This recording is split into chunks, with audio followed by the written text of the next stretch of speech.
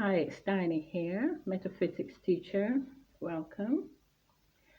In this video, I'd like to talk about the Kundalini serpent. Now, the church has made the Kundalini energy, which travels up the base of the spine from the root chakra or energy center of the body, into a serpent despised by a quote god, when in fact, this movement of the Kundalini energy is none other than the awakening to more knowledge of our own inner divine power. Now, the church saw this process as a threat and worked hard to make it into some demonic creature.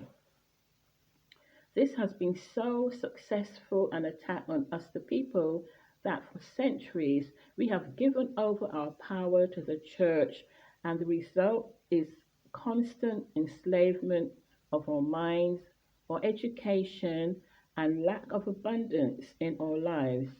You see, they knew that if the Kundalini energy was activated to its highest or fullest potential, that we would have no need of them or governments. We'd be able to take care of ourselves.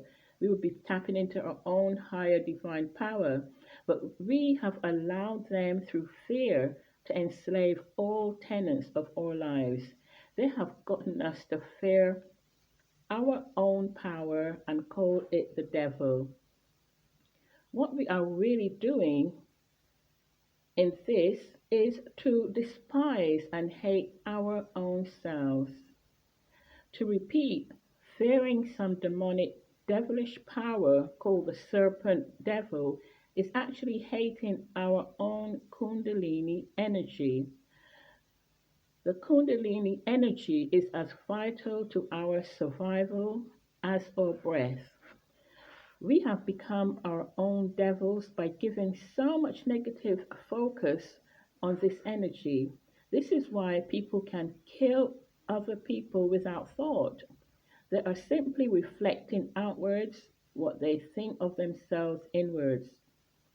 Now, the Kundalini energy is an extremely potent force, and like water, it can be programmed by our thoughts.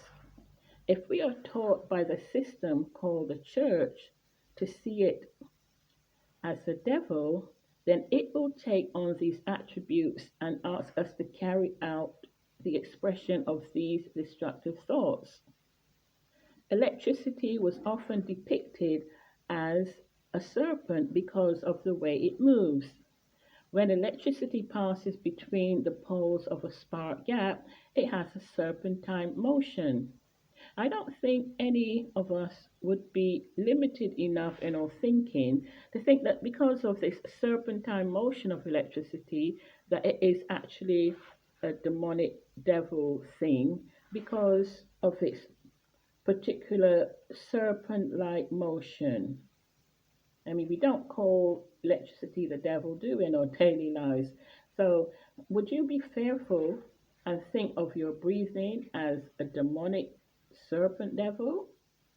Would you think of the autonomous beating of your own heart as a demonic serpent devil? Of course not.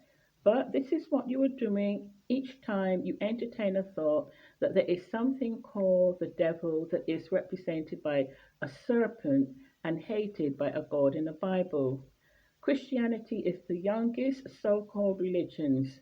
The ancient cultures that practiced or preceded rather Christianity, that is the ones who came before Christianity, revered the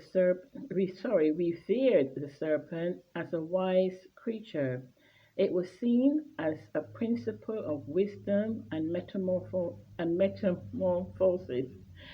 partly because it was able to shed its entire skin and annually create a new one. So, like this action was likened to humanity as being able to shed its own way of life and arise to a new and better person.